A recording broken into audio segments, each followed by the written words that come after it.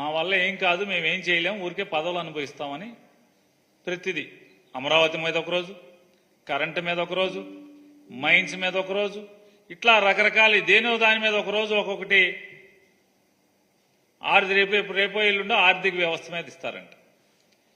ఏది చేసినా ఏముంది, కేంద్ర ప్రభుత్వం చెప్తుంది, ఆంధ్రప్రదేశ్ రాష్ట్రం ఇలా కూటమిలో ఉన్నటువంటి కూటమి బాస్ ఢిల్లీలో వాళ్ళ ప్రభుత్వమే చెప్తుంది 4 లక్షల పైచీలకు 4 లక్షల కోట్లు ఎంత అప్పు చేశారు ఆంధ్రప్రదేశ్ రాష్ట్రం ఇప్పటికని చెప్తుంది.